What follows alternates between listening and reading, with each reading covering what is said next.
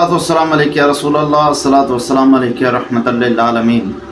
अॼु सवाल कयो आहे अब्दुल ख़ालिक ख़ासकेली। उहो थो चए त छा कबूतर पालजी सघजनि था ऐं उन जा फ़ाइदा ऐं नुक़सान ॿुधाईंदा। बिस्मिल्लाहिर रहमानिर रहीम। कबूतर जेकॾहिं वापार जे लाइ पाले थो या खाइण जे लाइ पाले थो या उनसियत हासिलु करण जे लाइ पाले थो त इहो जाइज़ आहे, बल्कि इहो मुस्तहसिन ऐं मुस्तहब तरीक़ो आहे। पर शर्त इहो आहे त उन जे खाइण पीअण जो ख़ासि एहतमाम करे या त खाइण जे वक़्तु उन्हनि कबूतरनि खे छॾे ॾे त जीअं पाण मुरादो खाई ऐं पी अचनि। जीअं फतावा शामी जे अंदरि आहे, ला बअस बिहब्स तुयूर वद्दुजाज फी बैतिही वलाकिन यअलिफुहा। अलामा शामी थो फरमाए त पखियुनि खे ऐं कुकड़ खे पंहिंजे घर में रोके रखणु यानी पालणु जाइज़ आहे, इन में को बि हर्ज न आहे, पर शर्त इहो आहे त उनजे खाइण पीअण जो एहतमाम करे। इन मां मालूम थियो त कबूतर पालणु जाइज़ आहिनि। रही ॻाल्हि उन जे फ़ाइदनि जी ऐं नुक़साननि जी। फ़ाइदा चंद आहिनि, उन्हनि मां कुझु पेश कजनि था। पहिरियों फ़ाइदो इहो आहे त जेको इंसान घर में अकेलो रहे थो, जेकॾहिं कबूतर पालींदो त कबूतर पालण सां उन जी जेका अकेलाई में वहशत थिए थी, ख़ौफ़ थिए थो, उहो ख़तमु थी वेंदो।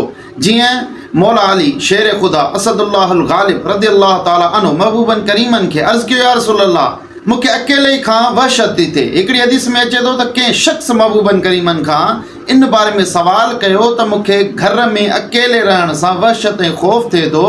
महबूबन करीमन सल्लल्लाहु अलैहि वसल्लम उनखे फरमायो त यशकू इलैहिल वहशत, उन शिकायत कई ख़ौफ़ जी। फअमर अन यत्तखिज़ ज़ौज हमामिन, महबूबन करीमन सल्लल्लाहु अलैहि वसल्लम उनखे हुकुम फरमायो त जोड़ो कबूतर जो वठी पाल, त इन सां तुंहिंजी वहशत ख़तमु थी वेंदी। ऐं अॻियां हदीस मुबारक जा लफ़्ज़ आहिनि, जॾहिं उन जोड़ो कबूतर जो वरितो तुंहिंजी वाक़ई बि वहशत ख़तमु थी वई। इन हदीस मुबारक मां मालूम थियो त कबूतर पालण जो इहो फ़ाइदो आहे त इंसान जी वहशत ऐं ख़ौफ़ ख़तमु थी वेंदो आहे। ॿियो फ़ाइदो इहो आहे त जिन्ननि जे शर खां औलाद महफ़ूज़ थी वेंदो हुयो।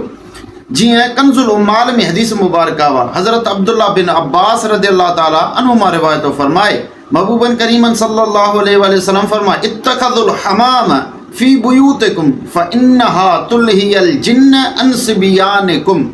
हुज़ूर फरमायो त कबूतर पालियो, कबूतर पालण सां अव्हांखे फ़ाइदो इहो मिलंदो त जिन्न अव्हां जे ॿारनि खां गाफ़िल थी वेंदा। यानी जिन्न जेके आहिनि उहे कबूतरनि सां खेॾंदा, अव्हां जे ॿारनि सां न खेॾंदा, अव्हां जा ॿार जिन्ननि जे शर खां महफ़ूज़ थी वेंदा। इहो ॿियों फ़ाइदो। टियों फ़ाइदो इहो आहे त कबूतर पालण सां आना ॾींदा, बेदा ॾींदा ऐं पंहिंजो बच्चा ॾींदा। माण्हुनि जा बेदा बि खाई सघे थो ऐं उन जा बच्चा बि खाई सघे थो ऐं उन सां उनसियत बि हासिलु करे सघिजे थी। जीअं कंज़ुल उम्माल में हदीस मुबारक हुआ, महबूबन करीमन सल्लल्लाहु अलैहि वसल्लम फरमायो, लवित्तखज़्त ज़ौजन मिन हमामिन फ़आनसक व अकलत मिन फिराख़िही।